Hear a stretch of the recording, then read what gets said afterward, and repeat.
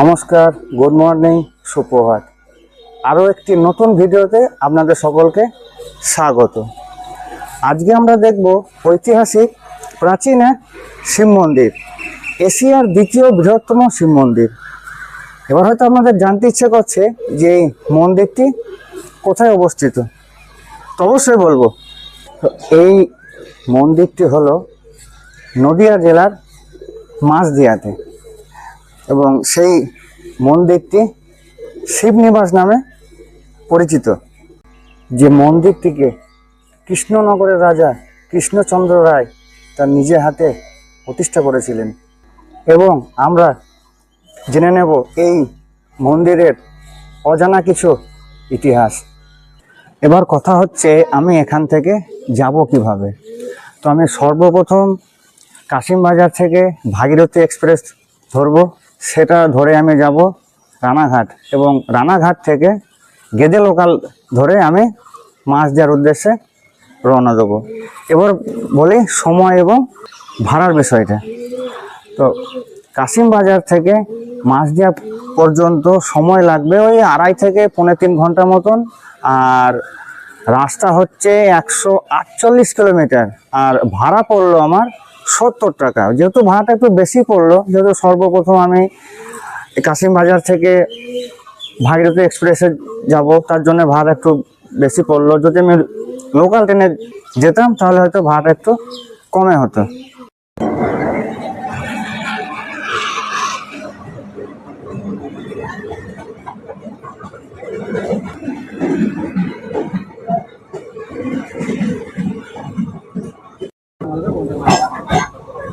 ছেড়ে দিল আমাদের ট্রেন কাশিমবাজার স্টেশন থেকে। Tata bye bye Kasimbazar station.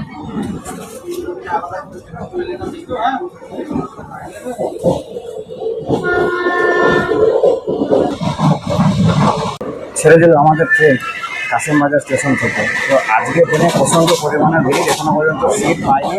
আজও সিট পাবো কিনা কারো কিন্তু কোনো গ্যারেন্টি নেই।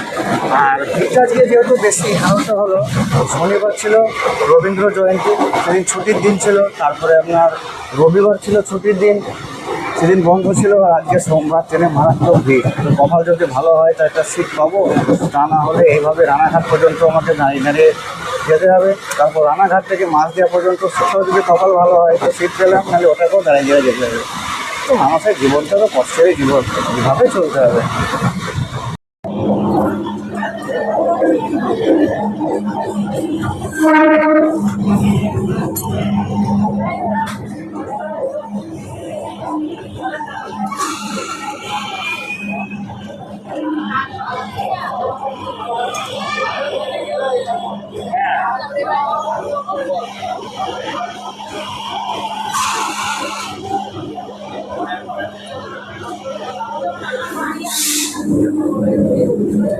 ঘড়ির কাঁটার সময় সকাল 9:25।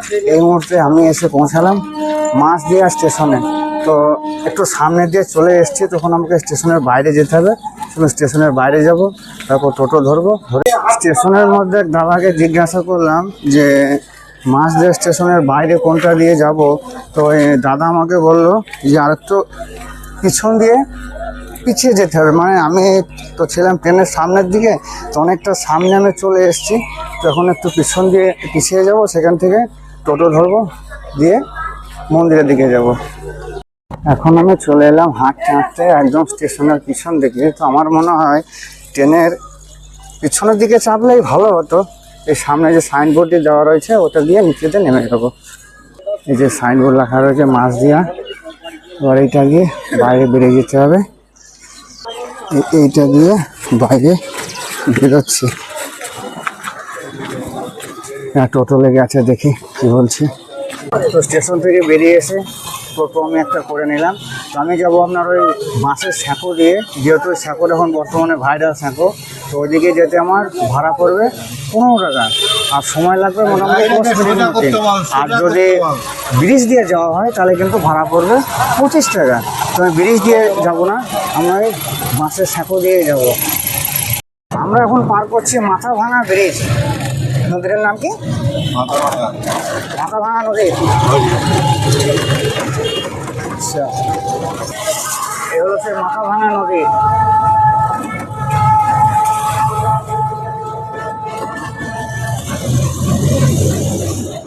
টোটো আমাকে নামিয়ে দিল সেই সাঁকোর কাছে। তো এখন আমি এই সাঁকো দিয়ে হেঁটে ওপরে যাব, দিয়ে মন্দির গিয়ে পৌঁছবো। এই হলো সেই সাঁকো যাওয়ার রাস্তা। এখানে সাঁকো দিয়ে যেতে গেলে পয়সা দিয়ে টিকিট করতে হয়। আর ওই যে দূরে দেখতে পাওয়া যাচ্ছে ওইটা হচ্ছে সেই সাঁকো। তো এখানে কিন্তু 3 টাকা দিয়ে টিকিট করতে হয় এপার থেকে ওপার যাওয়ার জন্য। তো আমি এখান থেকে 3 টাকা দিয়ে দিলাম, এবার আমি ওপারে যাব। চলুন যাওয়া যাক। এই হলো সেই বাঁশের সাঁকো।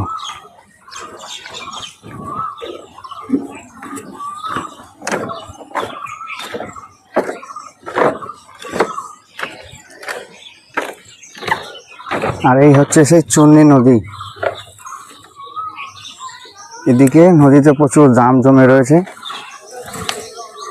আর এই পাশটা কত সুন্দর, শুধু জল আর জল। দূরে ওই ব্রিজ একটা দেখতে পাওয়া যাচ্ছে, ওই ব্রিজ দিয়েও কিন্তু মন্দির যাওয়া যায়। কিন্তু আমি এই সাঁকো দিয়ে আসার জন্যে আমি এদিকে এলাম, এই বাঁশের সাঁকো দিয়ে আসার জন্যে। ছোটবেলায় এরকম বাঁশের সাঁকো দিয়ে হেঁটেছিলাম, পার হয়েছিলাম। আর এখন এই আবার নতুন করে বাঁশের সাঁকো পার হচ্ছে। সত্যি একটা আলাদা রকম লাগছে। মনে হচ্ছে যেন বাঁশের সাঁকোর মধ্যে খানিকক্ষণ দাঁড়িয়ে থাকি, তারপরে ওইদিকে যাব। এটা হচ্ছে মন্দিরে যাবার প্রবেশদ্বার। এখানে দুপাশে দুটো টয়লেট রয়েছে, কিন্তু এখন বর্তমানে বন্ধ। এখন সামনে গিয়ে ভেতরে এগিয়ে যেতে হবে। চলে এসছি মন্দিরের কাছাকাছি।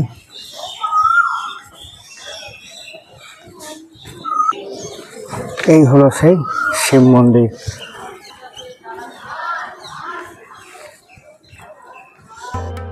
এই হলো সেই মন্দির।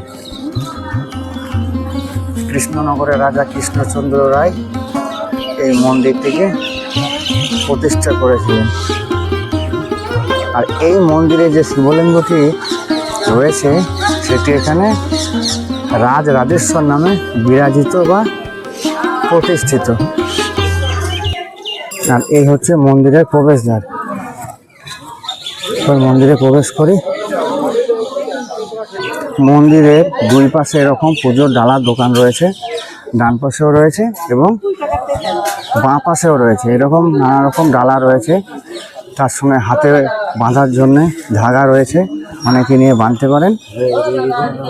তো এই যেখানে ডালাগুলো রয়েছে এগুলো হচ্ছে আপনার 100 টাকা দামের। আর এই পাশে এগুলো রয়েছে হচ্ছে 50 টাকা দামের। আর এই পাশে এগুলো রয়েছে 150 টাকা দামের। যার যেরকম ক্ষমতা সে সেরকম ডালা কিন্তু এখান থেকে নিতে পারে। আর এই জলগুলো দিদি ভাই 30 টাকা 50 টাকা জল রয়েছে। আর রুদ্র ফুলের মালা রয়েছে 10 টাকা করে। ডালার দোকান তো দেখা হলো, দামটাও জানা হলো। চলুন তাহলে এবার মন্দিরের ভিতরে প্রবেশ করি, ভেতরে গিয়ে বাবাকে দর্শন করি। এই হচ্ছে মন্দিরের প্রবেশদ্বার।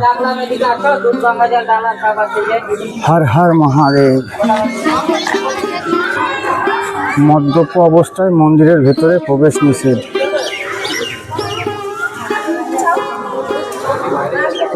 এই হচ্ছে সেই মহাদেব। হর হর মহাদেব।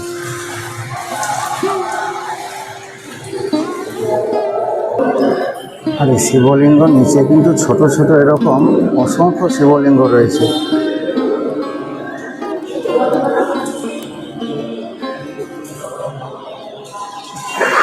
হর হর মহাদেব, হর হর মহাদেব।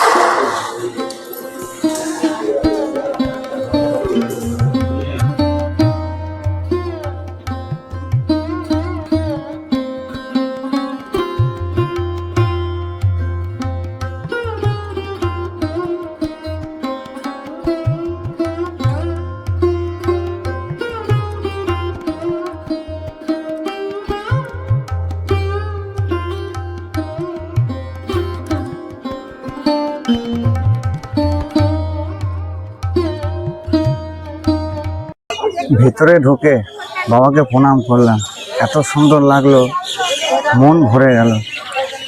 নিজের নামে পুজো দিলাম দক্ষিণা দিয়ে। তো সত্যি ভেতরে যখন ঢুকলাম, বাবাকে যখন স্পর্শ করলাম, তা মনটা একটা অন্যরকম হয়ে গেল, একটা শান্তির অনুভব করলাম। তো আমি আপনাদেরকে বলবো, যারা এখনও পর্যন্ত এই জায়গায় আসেননি বা এই জায়গা দেখেননি, তাদেরকে আমি অনুরোধ করবো এই জায়গা অবশ্যই একবার আসবেন, আসুন, এসে জায়গাটা ঘুরে যান, বাবাকে দর্শন করে যান, পুজো দিয়ে যান। এখানে এলে আপনাদের অনেক মনস্কামনাও কিন্তু পূরণ হবে। যারা ধূপকাঠি বা মোমবাতি দেবেন তাদের জায়গা কিন্তু হচ্ছে মন্দিরের বাইরে, ভেতরে কিন্তু কোনো রকম ধূপকাঠি বা মোমবাতি জ্বালানো যায় না। আর এখানে দেখছি যারা মানত করে তারা এরকমভাবে ঘোড়া বেঁধে যায়। এই যে এখানেও মোমবাতি জ্বলছে, প্রদীপ জ্বলছে, আর এই যে ধূপকাঠি দেওয়ার জায়গা রয়েছে। তো মন্দিরে যখন এসেছি তখন একবার পরিক্রমা তো করতেই হবে। আর এই মন্দিরে কিন্তু সম্পূর্ণ ঘুরে পরিক্রমা কেউ কিন্তু করে না, সম্পূর্ণ পরিক্রমা হয় অর্ধেকটা, এখানে অর্ধেক পরিক্রমা করতে হয়। তো চলুন তাহলে আমরা একবার পরিক্রমাটা করে নিই। এটা দিয়ে ঘুরে একবার পুরো মন্দিরটা পরিক্রমা করব।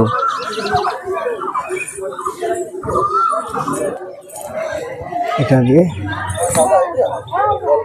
এখানে মান্যতা আছে যে অর্ধেক পরিক্রমা করলেই নাকি পূর্ণ পরিক্রমার ফল লাভ করা যায়। চলে এলাম অর্ধেক পরিক্রমা করতে।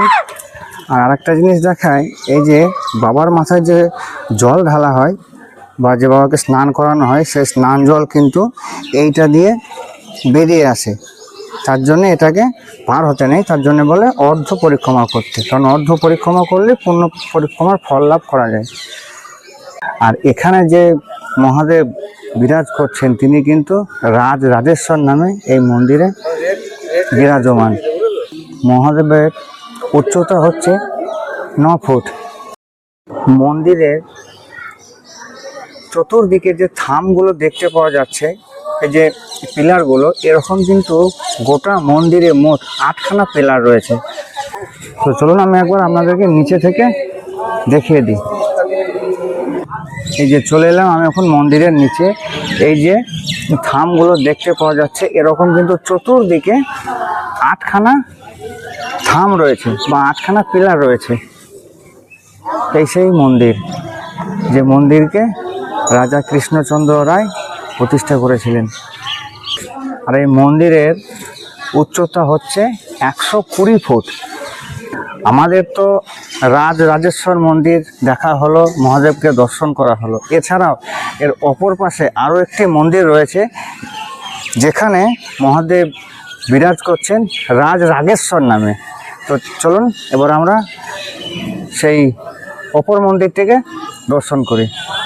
এই হলো আরেক মন্দির। এই মন্দিরটি প্রতিষ্ঠা করেছিলেন রাজা কৃষ্ণচন্দ্র দ্বিতীয় স্ত্রী। এই মন্দিরের উচ্চতা হচ্ছে 60 ফুট। আর এটা হলো এই মন্দিরের মূল প্রবেশদ্বার, 4 চালা বিশিষ্ট মন্দির। চলুন এই মন্দিরে প্রবেশ করি।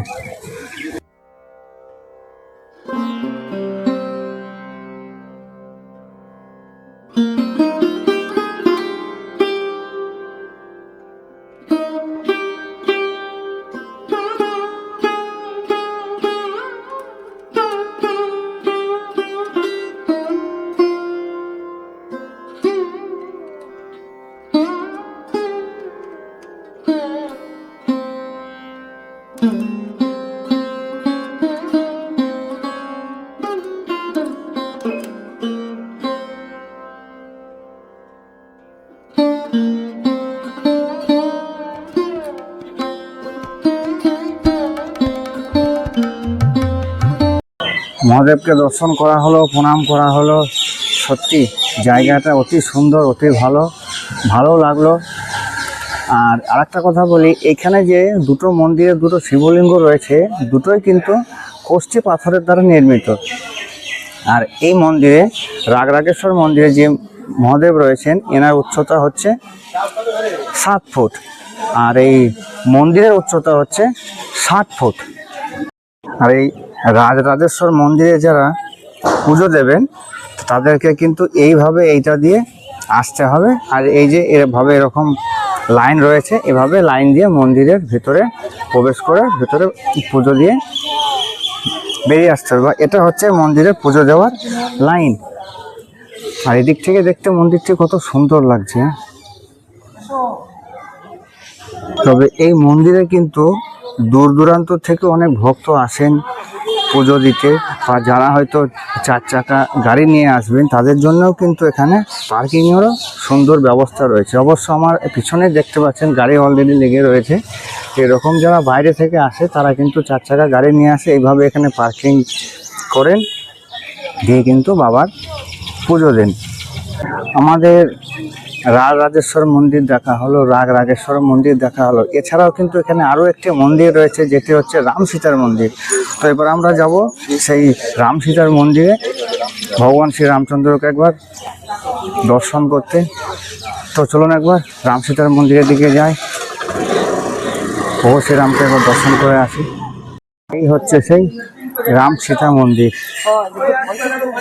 আমি যতদূর শুনেছি ভেতরে কিন্তু ভিডিওগ্রাফি করা যায় না, তবু একবার চেষ্টা করে দেখবো, যদি ভেতরে ক্যামেরা নিয়ে যাওয়া যায় তো তাহলে আপনাদেরকে আমি দেখাতে পারবো, তা না হলে আমি দেখে এসে বলবো ভেতরে কি রয়েছে।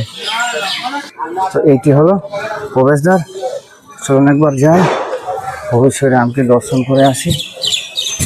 রাম সীতার মন্দিরে একটি লিস্ট এখানে দেওয়া রয়েছে, যে গ্রীষ্মকালে কটা থেকে কটা পর্যন্ত খোলা থাকে, শীতকালে কটা থেকে কটা খোলা থাকে, সমস্ত নিয়মকানুন কিন্তু এই জায়গাটায় দেওয়া রয়েছে। আর নিচেতে পুরোহিতের ফোন নাম্বার দেওয়া রয়েছে। তো কেউ যদি ভোগ প্রসাদ খেতে চান তাহলে এই যে নিচে নাম্বারটি দেওয়া রয়েছে, এই নাম্বারে ফোন করলে কিন্তু আপনারা ভোগ প্রসাদ খেতে পারবেন। আমরা ভগবান শ্রী রামচন্দ্রকে এবার দর্শন করি। এই ঢুকে গেলাম মন্দিরের গর্ভগৃহে।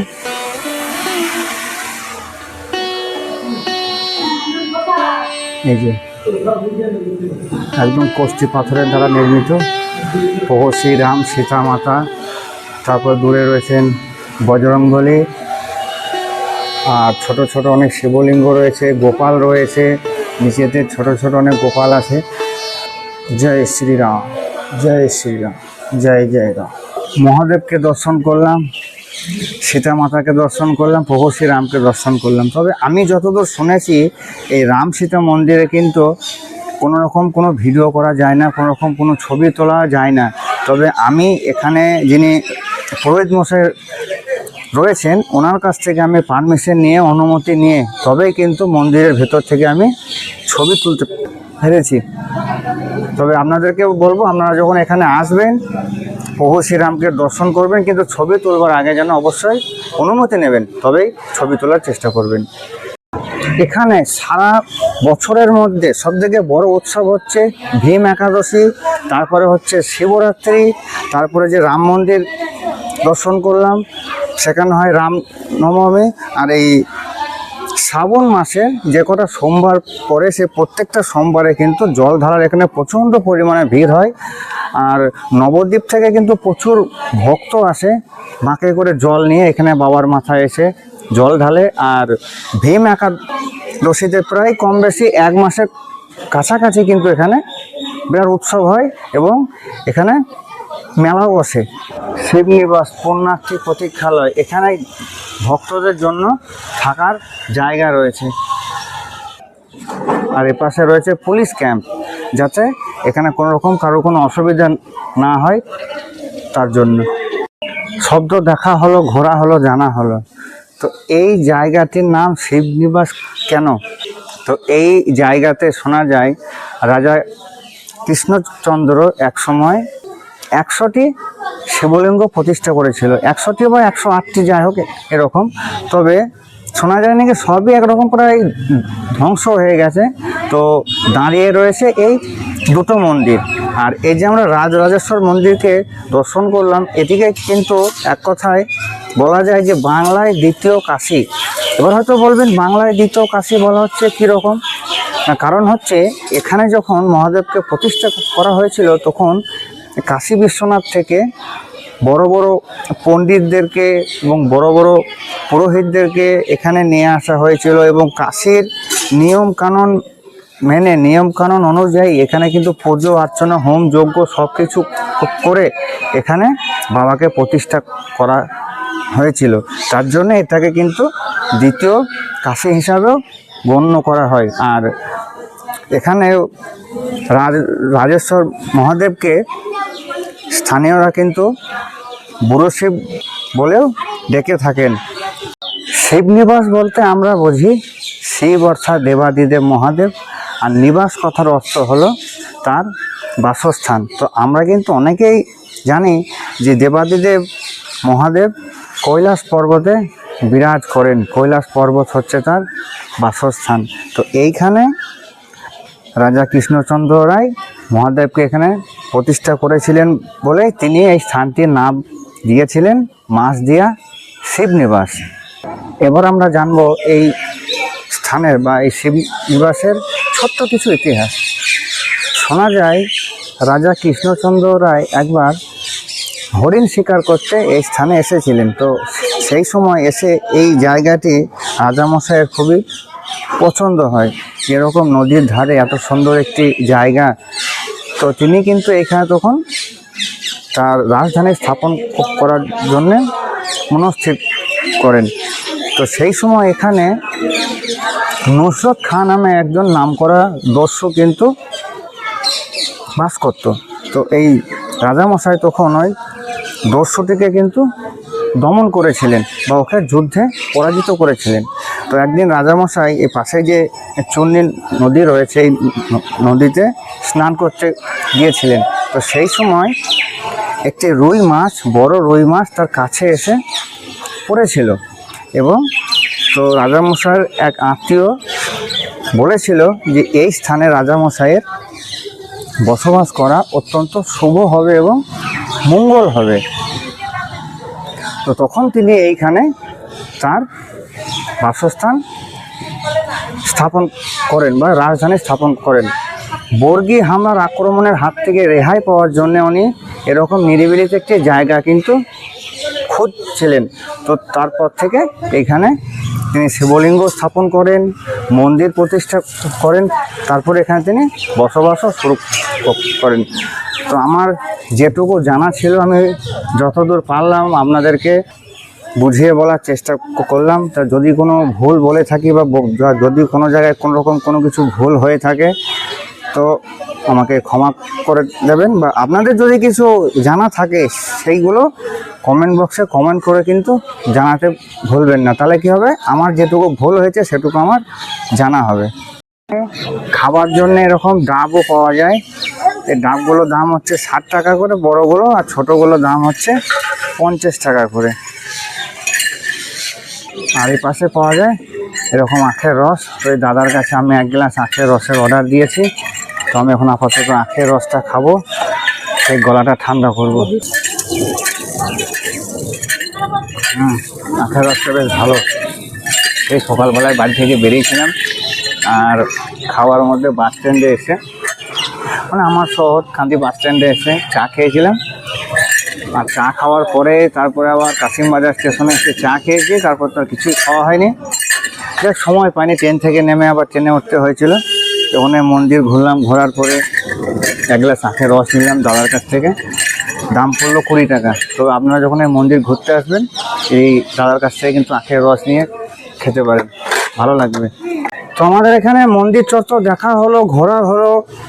একটা জিনিস আপনাদেরকে বলতে আমি ভুলে গেছি, এখানে কিন্তু টয়লেটেরও কিন্তু ব্যবস্থা রয়েছে।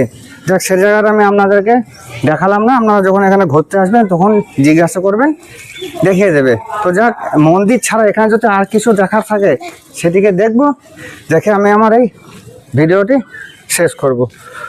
মন্দিরের পাশে এরকম একটি পার্ক রয়েছে। তো চলুন পার্কের ভেতরটা ঘুরে একবার দেখে আসি। আর এখানে লেখা রয়েছে পার্ক খোলা সকাল 10টা থেকে বিকেল 5টা পর্যন্ত, আর প্রবেশ মূল্য 30 টাকা। তো এখান থেকে টিকিট পাওয়া যায়, এই কাকু এখানে বসে টিকিট দেন। আর এই যে হলো পার্কের টিকিট 30 টাকা, আর বাইকের জন্য পার্কিং চার্জ হচ্ছে 10 টাকা। আপনারা যখন আসবেন এই কাকুর সঙ্গে যোগাযোগ করবেন, তাহলে এখান থেকে কিন্তু আপনার টিকিট পেয়ে যাবেন। পার্কের ভেতর ঢুকে গেলাম, আর এই যে 30 টাকা দিয়ে টিকিট আমি একটা নিয়ে নিলাম। তো পার্কের ভেতরটা একটু ঘুরে দেখি কি আছে না আছে, চলুন ঘোরা যাক। এই সামনে একটা এরকম ব্রিজের মতন করা রয়েছে, চলুন এটা দিয়ে একবার যাওয়া যাক।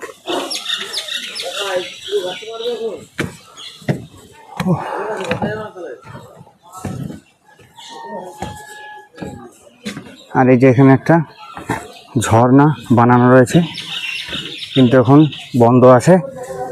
আর ওপরটা কিন্তু মশারি দিয়ে ঘেরা রয়েছে, যাতে এখানে কোনো রকম কোনো নোংরা না পড়ে, কিন্তু দেখছি নোংরা অলরেডি পড়ে রয়েছে। ভেতরে এরকম বড় বড় আমের গাছ, আর প্রত্যেকটা গাছে আমও কিন্তু প্রচুর ধরে আছে। আর এরকম দোলনা রয়েছে দোলার জন্য। এ পাশে একটি এরকম দোলনা রয়েছে, এখন দুপুরবেলায় ফাঁকা, যাক এখন দোলাদলি করব না। এই দিকটা দেখি কি আছে। এখানে এরকম ফুলের গাছ রয়েছে দুই পাশে, গাছগুলো খুব সুন্দর লাগছে দেখতে। যায় ভেতরে এরকম কিছু কটেজ রয়েছে, এ পাশে রয়েছে, এ পাশে রয়েছে, আবার এ পাশেও রয়েছে। পার্কের ভেতরটা ঘুরলাম, ওর মধ্যে কিছু জায়গা দেখলাম, আর কিছু কিছু জায়গা আছে দেখার মতন, কিন্তু সেগুলো আমি ক্যামেরা বন্দি করতে পারলাম না। কারণ হচ্ছে এখানে প্রেমিক প্রেমিকারা রয়েছে, যারা একে অপরকে প্রেম নিবেদন করছে, একে অপরকে ভালোবাসা নিবেদন করছে। তো কারোর ভালোবাসার মাঝে বিঘ্ন ঘটানোটা উচিত হবে না। আপনাদের মতে কি বলে? ঠিক বলছি তো? যাক, আর যদি কিছু দেখার থাকে দেখবো, তা না হলে এখান থেকে বাইরে বেরিয়ে যাব, দিয়ে ভিডিওটি শেষ করব। এই পার্কের ভেতরে একটি রিসর্ট রয়েছে। আপনারা যারা বাইরে থেকে আসবেন বা আসতে চাইছেন, তাদের জন্য কিন্তু থাকা খাওয়া কোনো রকম কোনো অসুবিধা হবে না। এখানে কিন্তু সম্পূর্ণ ব্যবস্থা রয়েছে। তো এখানে যিনি রয়েছেন, তো ওনার মুখ থেকে আমরা জেনে নেব যে এখানে কী রকম রেটের ঘর আছে, বা এর মধ্যে খাওয়া দাওয়া ইনক্লুড আছে কি, বা খাওয়া দাওয়া নেই, বা খাওয়া দাওয়ার প্যাকেজ কীরকম কী, সমস্ত কিছু জেনে নেব। তো কাকু, আপনাদের এখানে কীরকম রেটের ঘর আছে? এই জায়গাটার নাম হচ্ছে শিমনিবাস, নদিয়া ডিস্ট্রিক্টের শিমনিবাস। এখানে আমাদের রিসর্ট আছে একটা, চূর্ণী রিসর্ট অ্যান্ড হোমস্টে। এখানে আমাদের রুম আছে, সমস্ত সব এসি রুম, 2 বেডের রুম আছে 2000 টাকা মিনিমাম। আর 2 বেডের লাক্সারি রুম আছে 2500 টাকা। আর 4 বেডের রুম আছে 3500 টাকা। সমস্ত রুমই এসি। আর খাওয়া দাওয়া কি এর মধ্যে আছে না আলাদা? না, এটা শুধু অনলি লজিং। আচ্ছা। আর ফুডিং পারপাসে কেউ ফুডিং নিতেও পারে, নাও নিতে পারে। যদি আমাদের কাছে ফুডিং নেয় তাহলে 850 টাকা পার হেড প্যাকেজ। 850 টাকা? 850 টাকা প্যাকেজ। ব্রেকফাস্ট থেকে কি মেনু বলবো? আমাদের মলে মানে ব্রেকফাস্টে লুচি, ছোলার ডাল, একটা ডিম সেদ্ধ, একটা মিষ্টি। আর লাঞ্চে থাকবে হচ্ছে কাতলা মাছের ঝোল, ডাল, ভাজা, একটা ভেজিটেবল মানে সিজনাল ভেজিটেবল, চাটনি, পাঁপড়, দই, মিষ্টি। রাত্রে স্ন্যাক্স আছে, স্ন্যাক্সে আর থাকছে চিকেন পকোড়া, চা। আচ্ছা। আর ডিনারে থাকছে আছে চিকেন, রুটি অথবা লুচি অথবা ভাত, যে কোনো খেতে পারে, চিকেন মাস্ট। এই এতে আমাদের 850 টাকা প্যাকেজ। তো কাকু, কেউ যদি ফোন করে আসতে চায়, তো ফোন নাম্বারটা কি দেওয়া যাবে? হ্যাঁ, ফোন নাম্বার তো দেওয়া যাবে। এই হচ্ছে নাম, চূর্ণী হোমস্টে। তো এইটি হচ্ছে এই হোমস্টের ফোন নাম্বার। আপনারা চাইলে এই নাম্বারে ফোন করে বুকিং করতে পারবেন, যা আপনাদের পক্ষে সুবিধা হবে। তো কাকু, আপনার নামটা একটু বলে? আমার নাম অরবিন্দ মালি। অরবিন্দ মালি, বেশ। তো কাকু, আপনাকে অসংখ্য ধন্যবাদ এই একটি তথ্য দেওয়ার জন্য। এই হচ্ছে সেই চূর্ণী রিসর্ট। তো এখন আমি আপনাদেরকে কোনো রুম এখন দেখাতে পারছি না, যেহেতু রুম অলরেডি বুকিং হয়ে আছে, তার জন্য কোনো রুম দেখাতে পারলাম না। তবে আপনারা যখন আসবেন, বা আমি যে ফোন নাম্বারটা দিলাম স্ক্রিনেও দেওয়া থাকবে এবং ডেসক্রিপশন বক্সেও দেওয়া থাকবে, আপনারা এই নাম্বারে যোগাযোগ করে রুম বুক করতে পারবেন। তো এবার আমি আপনাদেরকে বলি, এই হোমস্টের চেক ইন এবং চেক আউটের সময়সীমা। তো সকাল 8টার পর থেকে আপনারা যে কোনো সময়তেই কিন্তু চেক ইন করতে পারবেন, আর তার পরের দিন সকাল 9:30টার পরে কিন্তু আপনাদেরকে চেক আউট করতে হবে। তো এই ছিল এই হোমস্টের সমস্ত কিছু বিবরণ। তো এই ছিল আজকের আমার নদিয়া জেলার মাছদিয়ার শিবনিবাসের ভিডিও। তো আজকের এই শিবনিবাসের ভিডিওটি আপনাদেরকে কেমন লেগেছে অবশ্যই কমেন্ট বক্সে কমেন্ট করে জানাবেন। চ্যানেলে নতুন হয়ে থাকলে চ্যানেলটিকে সাবস্ক্রাইব করে দেবেন, পাশে থাকা বেলটিকে প্রেস করে দেবেন, আর যতটা পারবেন আত্মীয় স্বজন বন্ধু বান্ধবের মধ্যে ভিডিওটি শেয়ার করার চেষ্টা করবেন। মাছদিয়ার এই প্রথম পর্বের ভিডিও এই পর্যন্ত, যাবেন না কোথাও, আবার দেখা হচ্ছে দ্বিতীয় পর্বে। দ্বিতীয় পর্বে থাকছে পাগলাখালীর পাগলা বাবার আশ্রম, যে আশ্রমটি প্রত্যেক সোমবার এবং বৃহস্পতিবারে প্রচণ্ড ধুমধাম হয় এবং ভক্তদের ভিড় হয়। তো যাক, এই ভিডিও এই পর্যন্তই। সবাই সুস্থ থাকবেন, ভালো থাকবেন, আর আমার সঙ্গে একবার দুহাত তুলে বলুন হর হর মহাদেব। দেখা হচ্ছে পরবর্তী ভিডিওতে। সবাইকে টাটা।